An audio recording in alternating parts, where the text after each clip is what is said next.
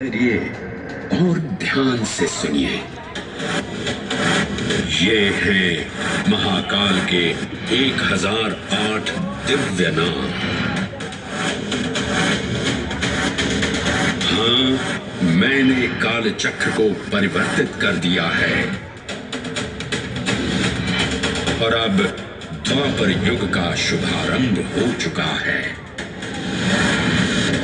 विस्मय पूर्ण हो जाएंगे ये जानकर कि महाकाल के इन नामों को स्वयं भगवान श्री कृष्ण ने रचकर पिरोया था।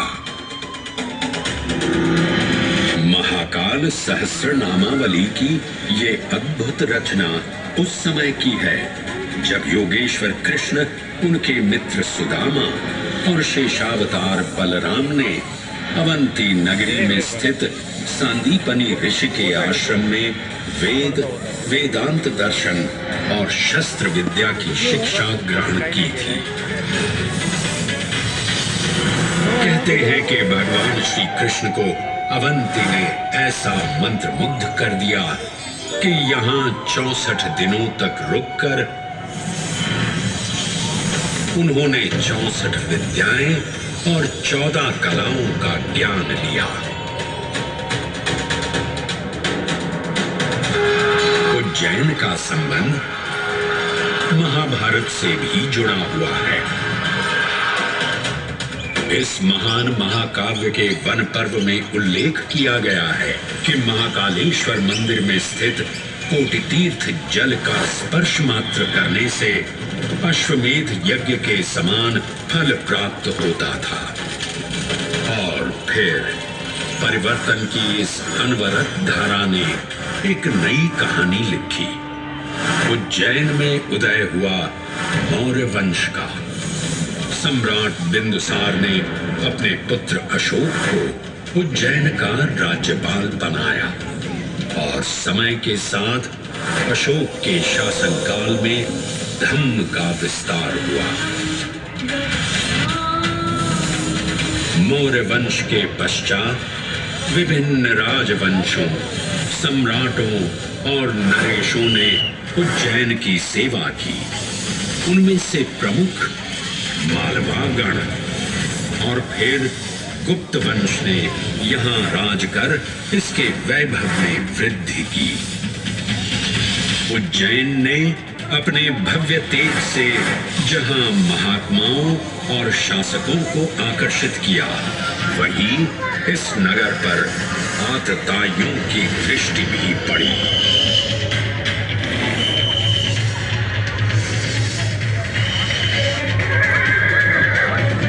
शक मध्य एशिया की खानाबदोश जनजाति थी, जिन्होंने उत्तर पश्चिमी और मध्य भारत के कुछ हिस्सों पर आक्रमण कर अपना शासन स्थापित किया।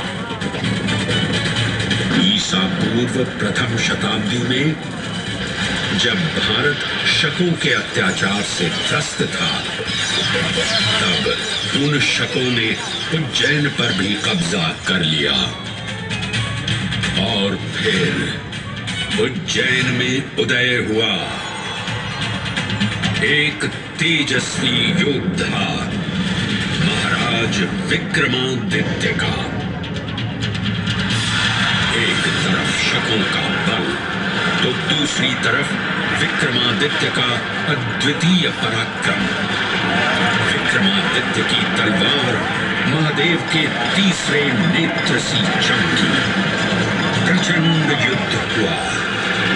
महाकाल की कृपा से शूरवीरों ने शकों को परास्त किया और उज्जैन में गणतांत्रिक शासन स्थापित किया।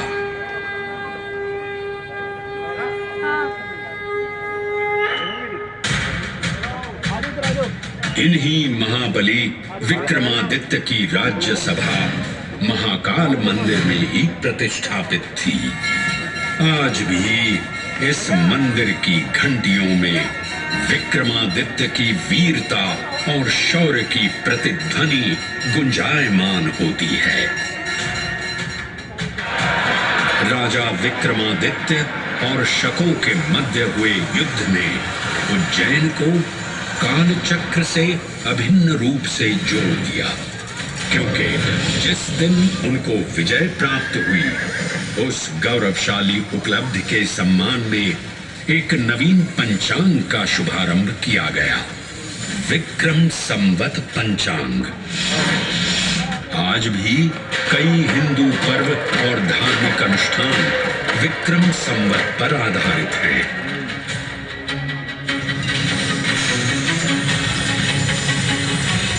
पृथ्वी की भौगोलिक कर्क रेखा इस पावन उज्जैन भूमि से होकर गुजरती है।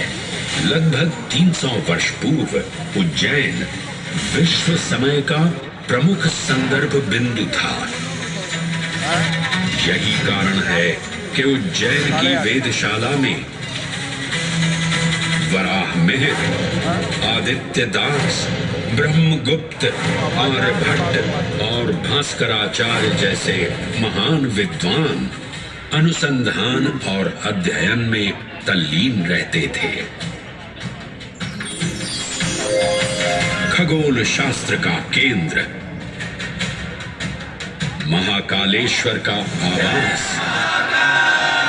जगत गुरु कृष्ण की नगरी, विक्रमादित्य का राज। जयति जय उज्जैनी, वैभवशालिनी नगरी उज्जैन।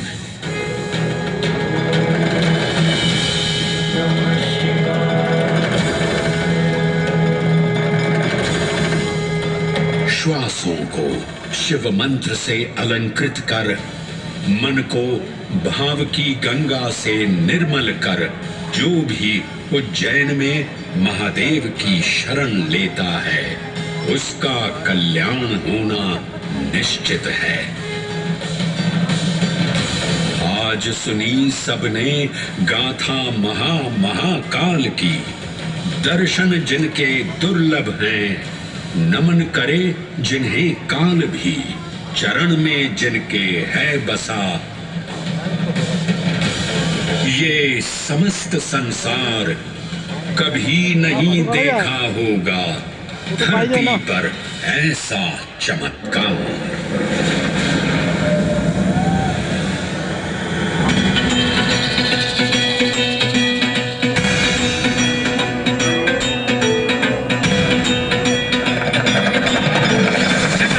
कलशल प्रवाह पावितस्थले